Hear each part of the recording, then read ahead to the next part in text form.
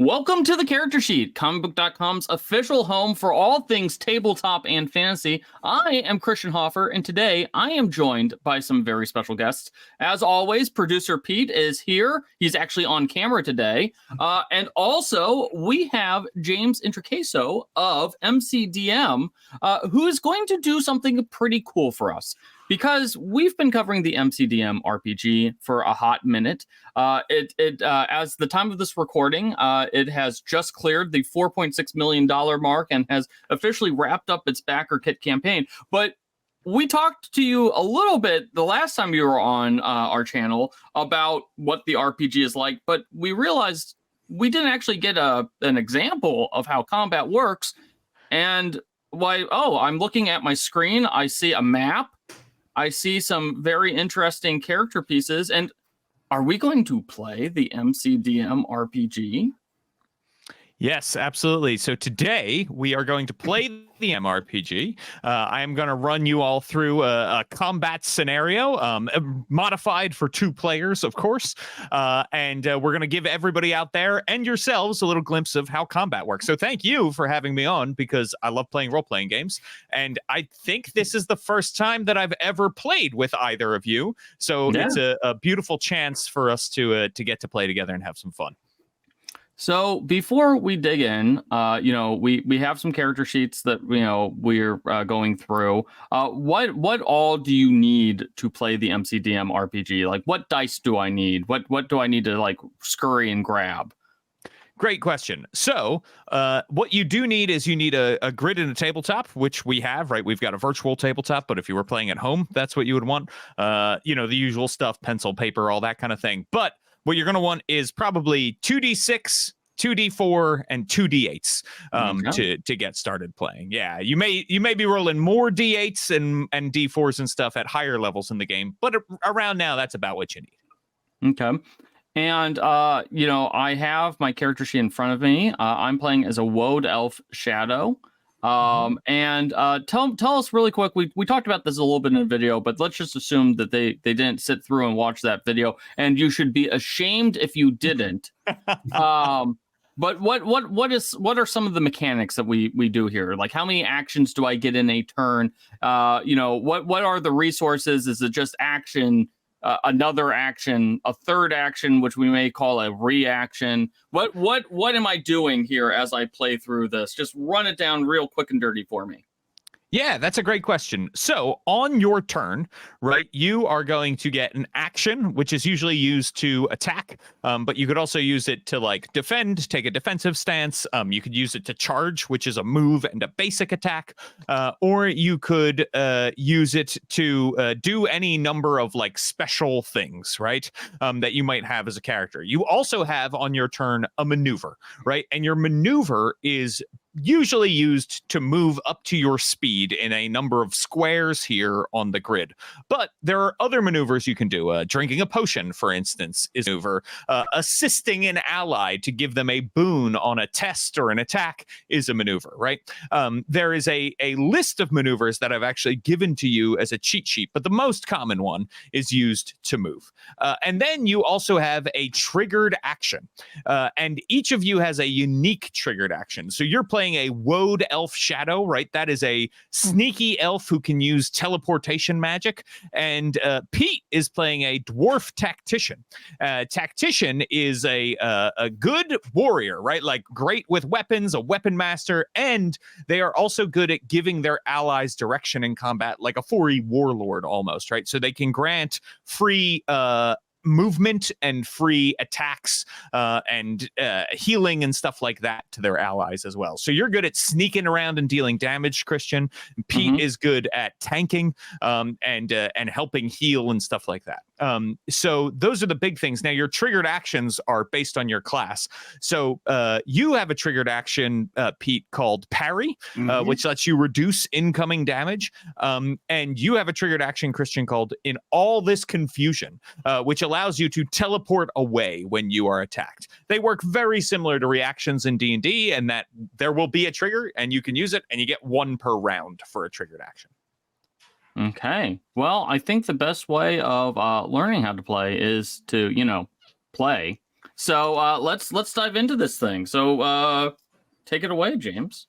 All right, excellent. Well, you all are going to, first of all, start with 3 victories on your character sheet. Victories are a resource that you earn when you successfully complete a combat encounter or a puzzle or a negotiation, right? They can be earned in and out of combat.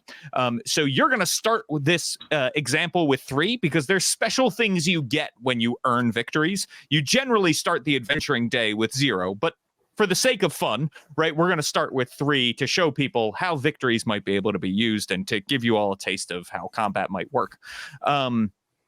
And now what we're going to do is say you are on this island, right, in this deserted keep, which has no longer deserted. It's been taken over by a group of goblin bandits. And when you land here on the beach, you can see that there are 2 goblins up on the walls, and there is also one big beefy goblin patrolling around. And so they see you, you notice them at the same time. And what we're going to do is we're going to roll initiative. Now, the way we roll initiative in this system, or the way we draw steel in this system, is one of you will roll a d6 and I will roll a d6. And that will determine which side gets to choose a character to act first. So I'm going to roll a d6 and then either one of you, Pete or Christian, you can roll a d6. Go ahead, Pete. All right, let's see here. No, not that. I got a 3. I don't know why it's only, there we go. It was only showing me 20s. A 6? No, A 6! Excellent. Awesome. So with a 6, that means you all get to go first. Now, not you all, just one of you actually, but you get to pick which one of you gets to go first. So one of you will get to go first, and then one of my creatures will get to go, and then one of you and one of my creatures, and so on and so forth until everyone in the round has acted. And then we will go back to the start of initiative where you will get to act first again. So right now there are 3 goblins on the field, which means that at the end of initiative, I will have 2 goblins go, provided that they're all still alive, right? One right after the next, because I have more creatures and you get to act first.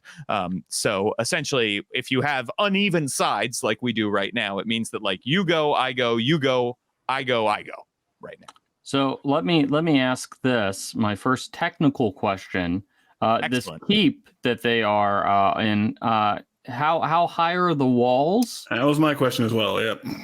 It's a great question. So first, no Pythagoras here.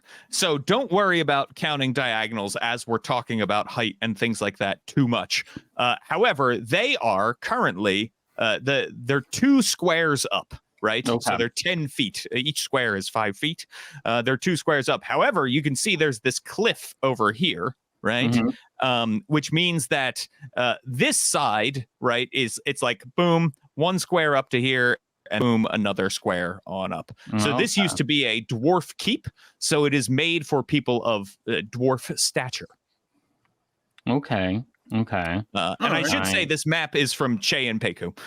So they're great map makers and cartographers, and we are patrons of them. Well, so it's a dwarf keep. As a dwarf player, I feel like my outrage at seeing this taken over, I should probably go do something about that. Yeah, absolutely. Excellent. So then I am movement 6 as a dwarf. Yes. So I will go a diagonal 1, diagonal 2, and now it would be 2 up and 1 over for 5 total. Like, so I would be at 5 if I got to here, climbing up 2 and over 1. When you climb 2 squares. It costs you 2 squares of movement for every 1 square that you climb. Gotcha. So in that case, if I was on movement 2 here, I should then be on 4 there, or should I be on 5 there? So, okay, so it's 2 squares up, so you boop, boop. So I'm so you'd be on 5, yes. Perfect. All right. So I will go to 6. Mm-hmm. And then I think, what do I want? I think just to start things off, because that's melee 1. Oh, by the way, when I move, Christian.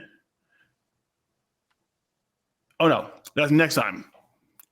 Gotcha. So within 5 squares of me, which you will be within 5 squares, you're going to get a bonus to movement. Okay. I think I will just do a basic attack and throw the javelin because most of my stuff is melee. Yes. Yes, So I that have a is little correct. javelin at that fella. Yeah. You also have the option of charging, which essentially moves. Oh, that's true. Yeah. You could get closer to them and use a base hack as well. Yeah, let's do charge. Because I'm about the melee. So I'll use my other action to charge. Boom. So you get up there. And yes, your basic attack, I believe, right, is 2d6 plus 5. Is that the damage? Correct. All right. Let's do it up. Do this and I'll add 5. So 12 total. 12 total. Okay, to the Curse Spitter. So the Goblin Curse Spitter is going to take 12 damage. Which is a big hit. Let's see. All right. So you have hit the Goblin Curse Spitter. And the Goblin Curse Spitter looks at you angry as you cleave into them, is still up and alive, but is dripping from a wound on their side. And is that the end of your turn, Pete? You've used your action? I believe, yep, I have. Oh, you know what? I'll use a free action. I'll use my free maneuver to taunt. Yes, you may taunt. So who would you like to taunt? I'm going to taunt this Curse Spitter.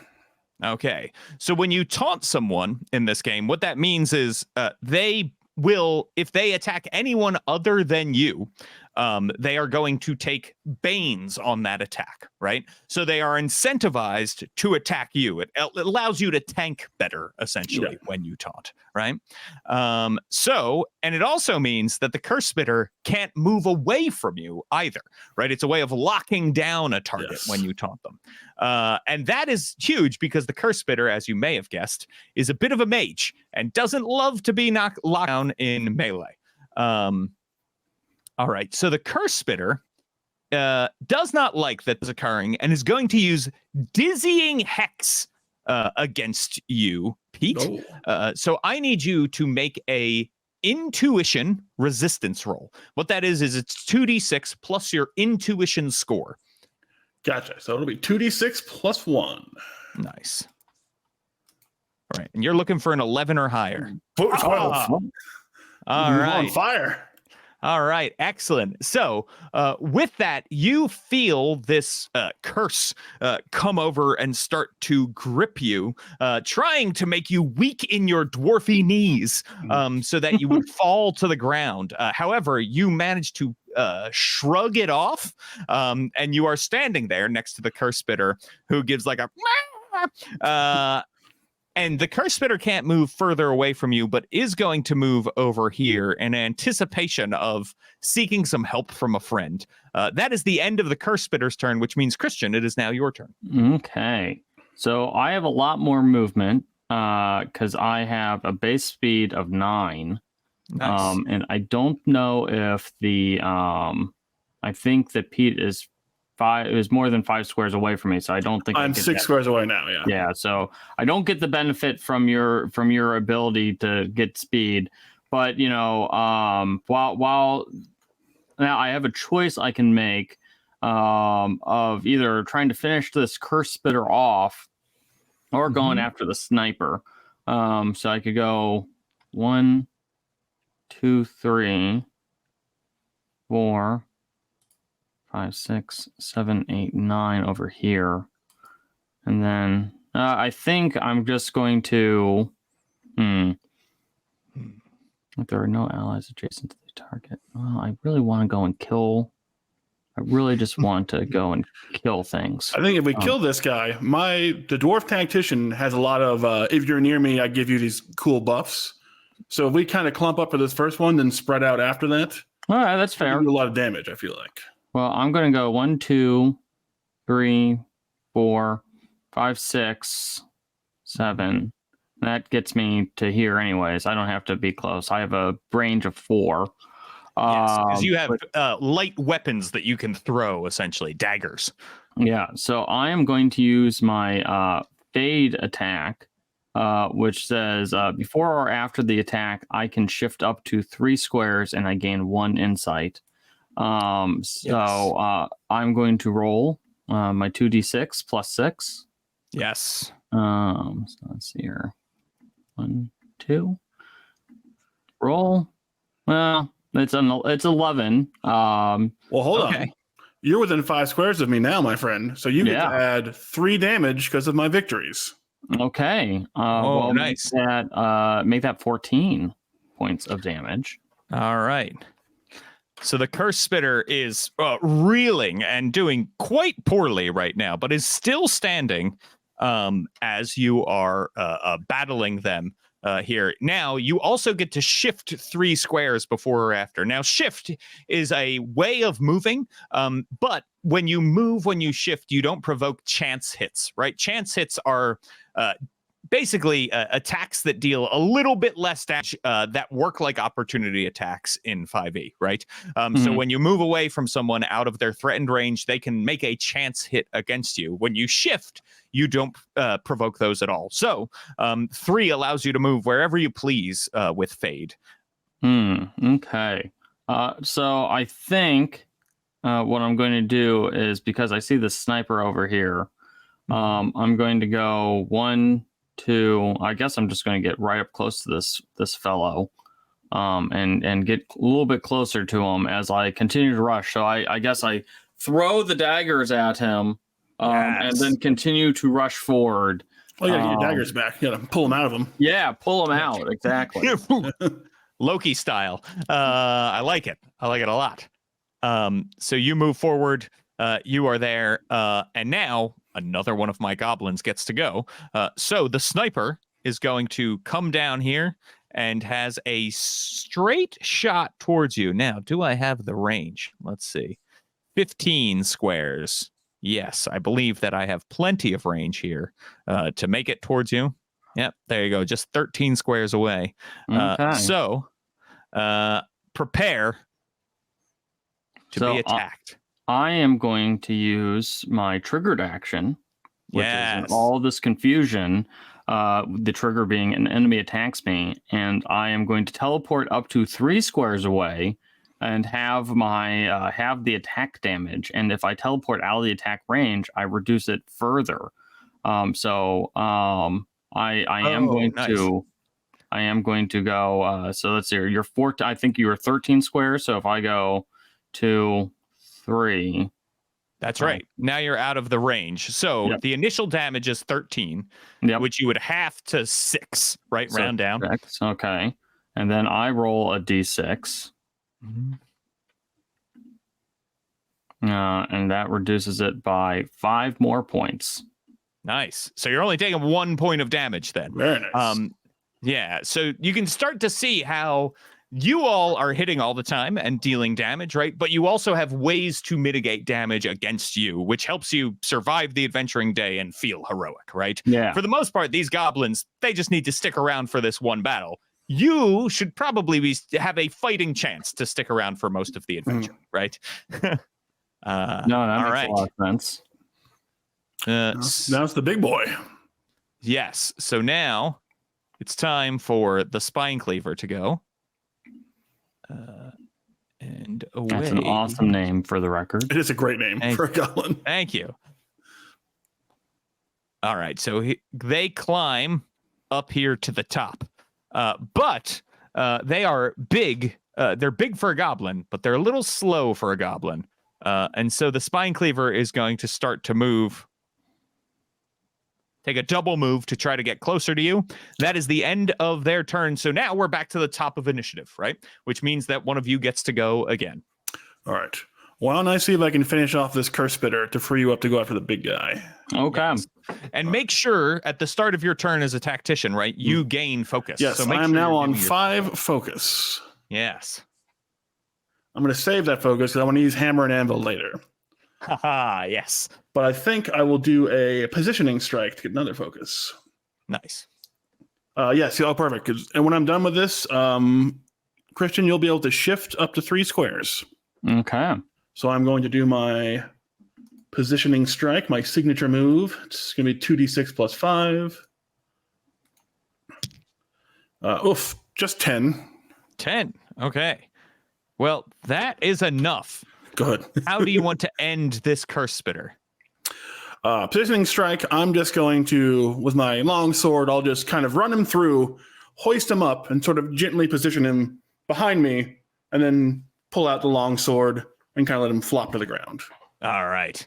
So as this curse spitter flops to the ground, you notice a small stone spider crawls out of the curse spitter's cloak and into the curse spitter's mouth. And this spider has these glowing emerald eyes, and all of a sudden you see the curse spitter's flesh starts to like bubble and boil there near where you are standing. His mom was in the Amazon researching spiders. I will use my movement then, my maneuver. I'm just going to get up in this spine cleaver's face. I'm going to tank as a tank should.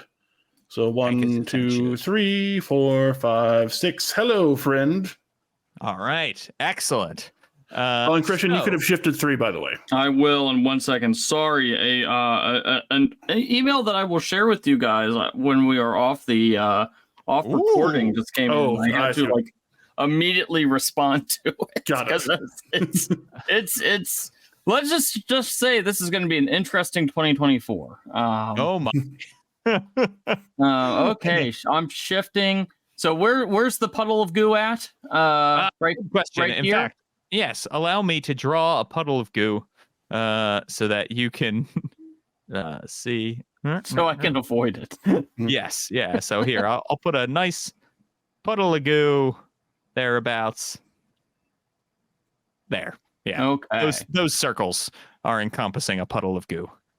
Okay, I am going to go 1, 2, 3. Nice. as I kind of tiptoe around it. Does the goo look toxic at all? So right now it's the corpse of a goblin just a that is kind of dissolving goblin. Yeah, it's meat soup. Yeah, currently solid, just bubbling, like there's stuff going on underneath the flesh. Okay. I'll then I won't do anything cool. Cool. Well, that will end my turn. So now it is your turn. Okay. Well, in that case, Pete, I am going to need you because as a maneuver, the spine cleaver, and actually anyone can do this as a maneuver, is going to use it knockback, right? And knockback can be used to knock someone prone, or it can be used to try to push someone. And in this case, he's trying to push you off the edge of the catwalk here. So I need you to make a might resistance roll, which is 2d6 plus your might score.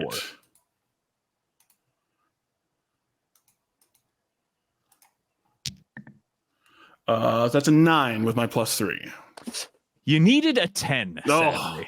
And so with that, our great dwarf is going to be pushed over the wall. Now, normally the spine cleaver would get to push you a whopping 3 squares because that is their might score. However, you're a dwarf. As a dwarf, I can reduce it by 1.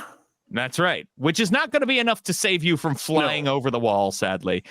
So what's going to happen, Pete, is you are going to fall to the ground. You fall 2 squares, so you take 2 damage, and you are landing prone there. Oh, no. Yes. And now the spine cleaver with an action is going to charge and is going to charge the shadow. And away we go. With the big axe knocked off the edge, you hear the dwarf go, "I'm sorry, I forgot to taunt at the last minute." Thud. Oh, I'm sorry. I apologize. I should have reminded you. No, that's fine. I didn't think I needed to. I didn't realize this spine cleaver was such a punk. That's right. So that is a 16, Christian. Oof, ouch. It is a new round, so you can use your reaction again. I was literally going to ask that. Mm-hmm. So yes, I will 100% use that. What is the happens to be the range of this thing? 1. So it's a melee attack. So if I go here, yes. I will have it and reduce it by another d6 plus 3. Mm-hmm. Hey, reduce it by another 9. Nice. So how much? So let's see. You said it was how much? 16. So you reduced it to 0 because half would be 8, and then you have 9. So there you go. So no damage there. However, as one does. it was a critical hit. So when you roll 2d6 and get an 11 or 12, that is a critical hit on the die, which means that he gets an extra action. Yes.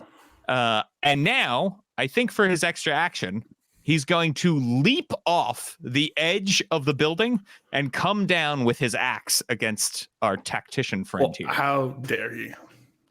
So that is 15 damage as Ouch. the axe comes down. All right. Well, I am going to use my parried action trigger, or triggered action parry. Mm-hmm.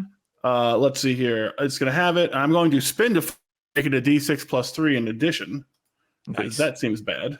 And I have the focus to spare. So let me do that. D6.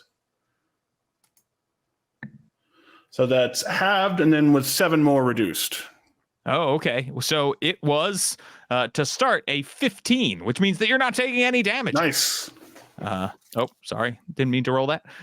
Okay. Well, there we go. I do drop That the is 4 focus. Nice. And that's the Spine Cleaver's turn, which means now, who wants to go next? I think it's just you, Christian. That's the only option we have. 1, 2. Sorry, I'm so used to saying that because normally we test with more people. So I'm gonna, I see the Spine Cleaver jump down. I'm like, producer Pete has that. So I'm gonna run over here and stab the sniper. So I am going to use my I Work Better Alone ability, which not only gives me an attack, but the attack gains a boon. Nice. As I make it, because no allies are adjacent to the target. So what does a boon give me? So boon gives you an extra 1d4 on the damage roll. That's what and when you make an attack with a boon as a shadow, you get an extra insight. So this will generate 2 insight for you then when you make this attack. Okay. Well, that was a little bit underwhelming. That is 12 points of damage. But I'm up to 6 insight now. Nice. Oh no. Yeah. I don't like that, and neither does this goblin sniper, to tell you the truth. There is a dark gleam in my eyes. Excellent. Well, the sniper is going to shift away from you 3 squares, Okay. which is as far as they can shift away, and then is going to fire a bow at you. And now you don't have a triggered action, right? Yep. So prepare to die. Not die. All right. So here we go. So that's 12 damage to you as an arrow. I have no choice but to take it. That's right. Yes. I got you right in the solar plexus. Sure. I can heal you or make you attack, but you keep running away from me. Well, I work better alone. It's on my character sheet. You can be alone, but within character 5 sheet. squares. It's on the character sheet. Okay, that means we're back to the top of initiative. Now, Christian, you've just gone, but you could go again, right? Like, you can go in any order when it's a player turn from round to round, so you don't have to keep going. If you want to go and then move closer to me, that'd be great. Yeah, well, I would, but if I go and use my assassinate, actually, I can assassinate from here because he's within 4 spaces of me. I don't have to get all close to him. So I am going to spend 5 insight to assassinate this fine fellow. So this gives me an extra 2d8 on the attack. That's right. So 2d6 plus 2d8 plus 6. Well, that's a lot. That's 30 points of damage. That's spicy meatball, so that is. That's right. And true to the name, this goblin sniper is assassinated. What happens to this goblin sniper?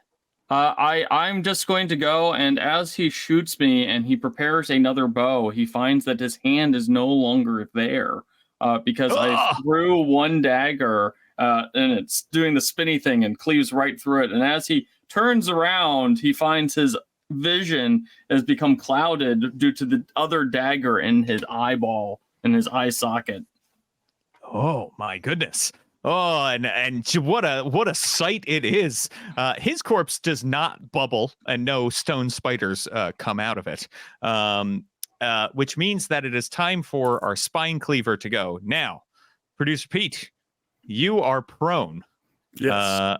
And when you are prone, that means I get a boon on the attack against you, which I should have added last time, I'm realizing. But because I am a kind and benevolent director, I will not make a mountain out of it now. However, I am going to use the spine cleaver is going to use a big attack that they can use. So you all have resources that you can spend and stuff like that to make it easier on the GM.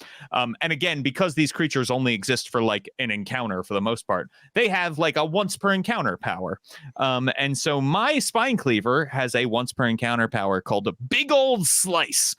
And big old slice, I get to add one of those sweet, sweet D8s as well. So I get a D4 and a D8 to this. So get ready for big old slice.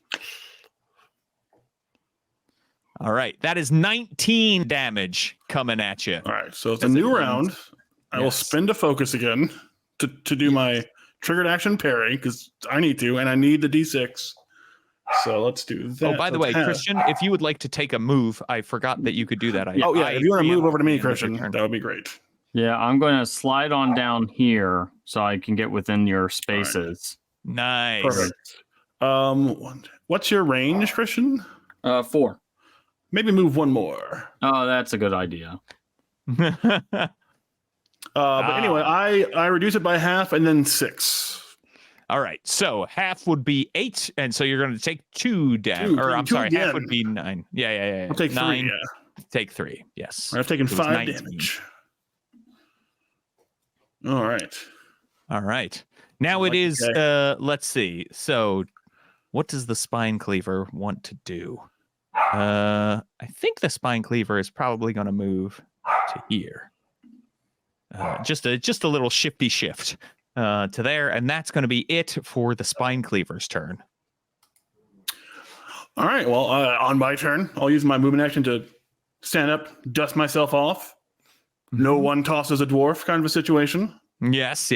And we're going to spend the. I went down to 4. I go back to 5 focus at the start of my turn. I'm going to spend all of it on hammer and anvil. Nice. So I'm going to attack him, do my full damage, and then I'm going to choose you, Christian, to do a basic attack against the same target as well. Okay. So I'm going to start with my 2d6 plus 5. Wolf. So that's 9 from me. 9. Okay, nice. And then Christian may make a basic attack. Okay. So, so at the top of your sheet, you have a basic attack, which is basically an attack that has no extra effect built into it. Yeah. Right? Yep. So which is still it's still 2d6 plus 6. That's right. And a range of 4. So 13. 13. Nice. Okay, so a big 1-2 punch as you spend all of your focus on that. Yep. Down no focus. And my final action is my free maneuver will be to taunt. Oh, okay. Nice. So the goblin spine cleaver is going to be taunted by you. And that is my turn. So at the end of your turn, you hear some up above you on the tower in the direction of the bubbling corpse. You hear some cracking and some squelching, followed by some chittering as suddenly rising up out of the corpse comes this enormous spider. That is like this. Whoosh, it seems like it's grown out of this goblin. Yeah. And is there big up on the wall and perched looking at you. I think the spider is probably going to jump down, right? That's what it should do. May as well. Yeah. I am gonna. Where does I fit? Yeah. So the spider jumps to here. No. Oh no. And is going to use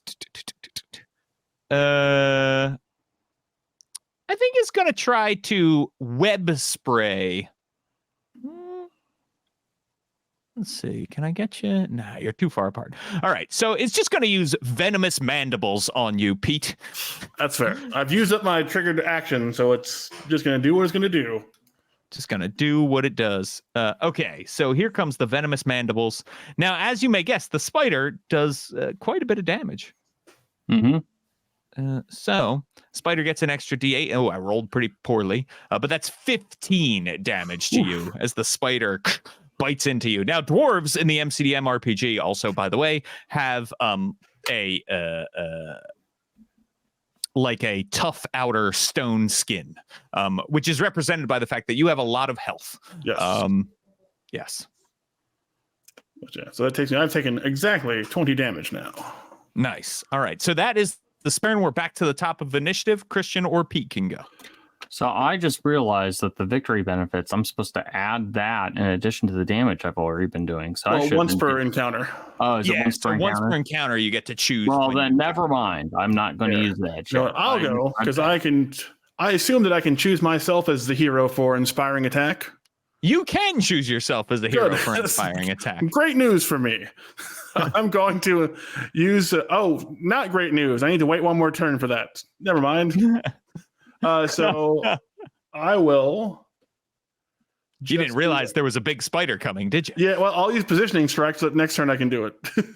So I'm going to positioning strike, and this will also allow you, Christian, to shift up to 3 squares. So I'm going to attack the goblin spine cleaver. Nice. To boldly brave Sir Robin. There you go. Nice. Look at that. That's some tactician stuff. Letting your friend run away. So that's 12 to the spine cleaver. All right. So the spine cleaver takes 12. Okay. And I will retaunt him. And retaunt. And that will be me. All right. So the spine cleaver is now bloodied, which means that they're at half their health, and is going to. I think the spine cleaver is going to take a turn. Let's see, big old slice is gone, which means that the spine cleaver is going to use. I see what the spine cleaver is going to do. Going to shift over here, and is going to use big axe chop. So I need you, Pete, to make a might resistance roll. Gotcha. As this comes for you. That's a 13. Oh, nice. Okay, so you take 15 damage, boom, as it comes into you, but you resist being knocked back by this attack, which is what it was going to do, was push you back if you had failed. But that is 15 damage. Now, you could parry, but you may want to save your parry. I'm going to save it. So I've now taken 35 damage, yes. All right. And you are probably bloodied at this point. I am. That drops me to bloodied, yes. Okay, nice. Cool. Well, that is the end of the spine cleaver's turn. Christian, kill the spine cleaver. Well, shifted the wrong way for that. But I guess you can move 9 squares. Yeah, I can go 1, 2, 3, 4, 5, 6, 7, 8. Yeah, so you do need to climb up. So it would cost you an extra square of movement to climb up. So then I'm right here.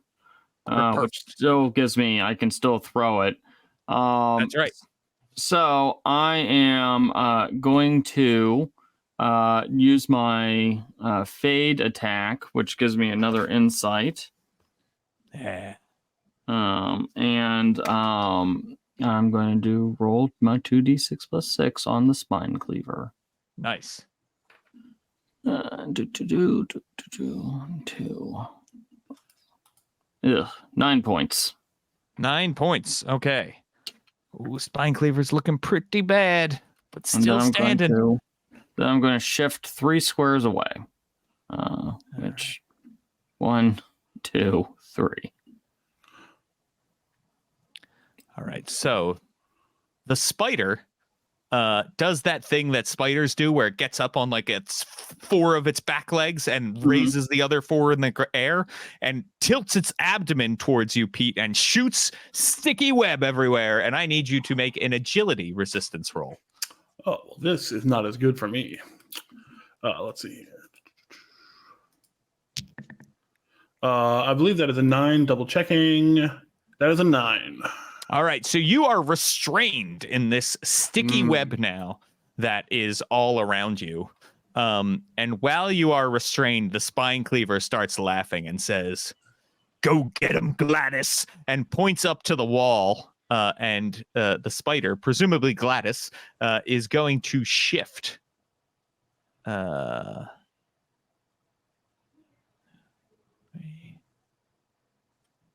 To there, and is reaching up to its legs to the top of the wall to try to come up towards that Wode Elf Shadow.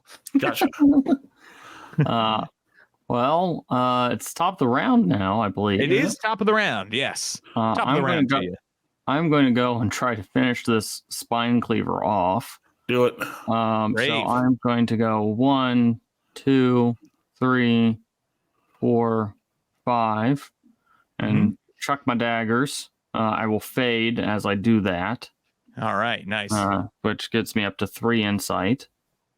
And 2d6 plus 6. Rolling. Oh my god. Oh no. That's 8. Snake eyes. 8 points of damage. All right. You know what? I am going to go and use my benefit, my once per encounter of dealing extra damage based on my victories, which will at least get it up to 11. And that is going to do it. That little boost is exactly what you need to lay this spine cleaver who is lifting a big axe to cut down your webbed friend low, and they die. And you did a fade, which means you can shift 3 squares if you would like to. Yes, I am. Yes, I am. Okay. All right. The spider is going to use trample. And as they do, these bladed bones pop out of their legs and they start to make their way around, which is going to put them, they can move through other creatures' spaces. Now, what this means is you are going to get a chance hit, Pete, if you would like to take it. Oh, actually, you take a bane on attacks, which means you can't make chance hits, and I apologize. So I am restrained. That is true. You are restrained. So the spider is going to climb up here and is going to try to bladed leg each of you. So this is one attack, but it is against each of you as it comes in. So now it is the top of the round. Nobody's used any triggered actions yet. Yep. I will throw that out there to you. Okay. So and away we roll. 12 damage to each of you. I'll use my triggered action, but I'll just half it. I won't spend my focus. All right. Yeah, I will also teleport away. What is the range of the attack? It is melee. Okay, so I am going to shift 3 squares. So I have it and then reduce it by another 1d6 plus 3. Nice. Excellent. All right, Pete. So I will take no damage. Okay. I will make a might check as a maneuver to try and break free. Excellent. Someone's been doing the reading. Yeah. Yes, so you get to make a might test to try to break free. And that is a 9. Because you are proficient in athletics, yes? Yes. You also get to add a boon to this. Ooh. D4. That's right. So 9, 10, 11, 12. All right, that's great. That made the difference. You needed a 10. Nice. And so there you go. You have broken free out of being restrained out of the web. All right. I guess then for my move action, or for my for my action, I think I'm going to get up the wall. Or no, you know what? I'm going to use my action to do recovery and get 20 hit points back because I was looking a little rough. This puts me to 16 down instead of 36 down. That sounds excellent. So you regain your health as your action, which means that it's the end of the round. We're back to the top, which is still all of you, right? Right. So yeah. Let me get up there and taunt him to keep him off you, Christian. Well, I'm going to go first, actually, because if you get up there, I can't use my I work better alone. Oh, fair. Okay. There you go. Very So smart. I'm going to do that one first before you do that. So I'm going to throw my daggers. I get a boon from doing it, which will actually bring me up to 5 insight after I roll this. And it is 17 points of damage. Whoa. All right. First hit to the spider, by the way. Very good. Spider And did then I'm going to run. All right. Very smart. As you run, the spider will take their turn and is going to once again leap off the wall, coming over here onto this side of Pete the dwarf. Pete, I hope you have said your prayers, because it's time for another venomous mandible. Uh-oh.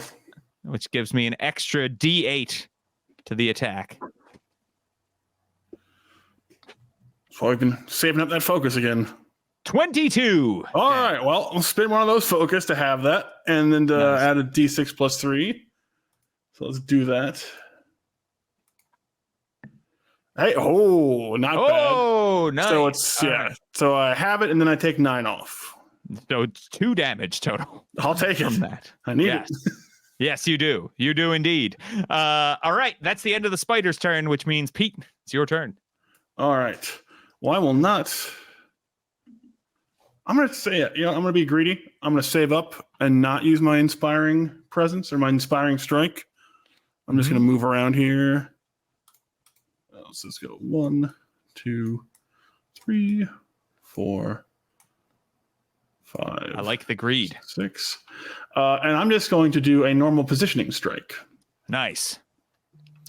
I want to build up more focus. I need 5 focus points for another hammer and anvil. Nice. How close are you? I will be at 4 after I do this. Oh, so next turn you could. Next turn. Okay, nice. So that is 10. Hey, listen. 10 is pretty good. So that, you stab at the spider. There are chittering, terrible noises coming from the spider. Things are not looking good for it. Taunt as well. It is taunt now, and we are back at the top of initiative, which means that either of you get to go again. Christian, you should go first because you're not close enough to get hammer and anviled by me yet. Okay, well then I'm going to go 1, 2, 3, and stay there. You don't want to get close. No, that's quite all right. I think I am going to. Let's see here. I am going to assassinate. Oh, I love it. Yes. All my insight. Oh my gosh. And yeah. Do it up. 2d8 plus 6. 27 points of damage. There we go. 27 points of damage. Well, the spider is bloodied once again, and beyond bloodied, I would say, standing on its last leg. It is taunted, so it cannot move away from Producer Pete, despite that's what it would really like to do. So, Producer Pete, I need you to make a might test as the spider tries to grapple you with its mandibles. How did you dare it? Because then it can go wherever it wants. Hey, quick question. Yeah. I rolled 2 d6s on both my. Oh, that was a critical great. hit, which means you got an extra action. So we should rewind time a little bit here. Yeah. Put him down. I'm going to fade and roll another. It's another 2d6 plus 6. Nice. This may be the end, folks. That is 13 points of damage. How do you want to do this? as Producer Pete's inspiring aura starts to come together, and I'm assuming the dwarf raises their hammer up to do some sort of, I don't know, like smite or something like that. They're selling this shunk shunk. I have a longsword that's pretty racist. Assuming I'm a dwarf, so I have to have a hammer. It's a normal size sword. If it's a dwarven long sword, that's like what we call a normal sword. The weapon is raised up to go and do some major damage, and suddenly there's just a shunk shunk, and the spider just kind of falls down right in front of producer Pete, and me from a respectably safe distance is kind of just given like the Legolas wave, like I have robbed your kill. I'm Gimli sitting on that corpse to know it. Yeah, I'm Gimli sitting on the corpse, and you just shoot him and said he twitched. Yeah, that's right. You still only counts as one. Yeah, you two-towered me. And that is combat in the MCDM RPG currently. Obviously subject to change with playtesting. I even got some good notes from this right here. So thank you both for inviting me on and for letting me do this. This was a lot of fun. Yeah, no, this was a blast. So the MCDM RPG, the Backerkit period has ended, but if you didn't support it yet, I'm sure the pledge manager will open up eventually. Mm-hmm. You'll have another chance, and MCDM will have lots more communication about this project as it comes to fruition in the next year or two. So if you liked what you saw, first, like and subscribe the character sheet so we can keep doing cool stuff like this. Two, like and subscribe MCDM wherever they can be found, and go and pick up Flea Mortals, because a lot of this stuff that we saw here, some of the concepts of that can be found in Flea Mortals, which is a 5e supplement, but kind of takes the bits and bobs from this and have shifted them over for the MCDM RPG combat. You might have caught a little bit of a taste of 4e in here as well. There are a couple things I noticed. I'm like, I know where that came from, my friends. Which we've talked about this before. 4e, the combat, top notch. Yes. But follow James on Twitter. Anything else you'd like to share, James, before we take off? I think the only other thing is we are already currently running playtests through Patreon, so people can check that out if they are Patreon subscribers. But if not, eventually the backers are also going to get a version of the playtest that will be even more polished, probably sometime in the middle of this year, because we're in 2024 already. Oh my gosh! So yeah, that's it. And the other thing is, like, I just want to take a moment to thank you both for all of the work that you are doing in this space. You make the community a much better place. And I really appreciate all of the coverage you give to all sorts of different games and all sorts of different things that are in the industry, and the journalism that you all are doing. So thank you for that. Oh, we appreciate it. Thank you very much. And thank you, James, because you've made a lot of great games that we've enjoyed over the years. This is true. Thank you. I appreciate it. We'll catch you guys next time on the character sheet.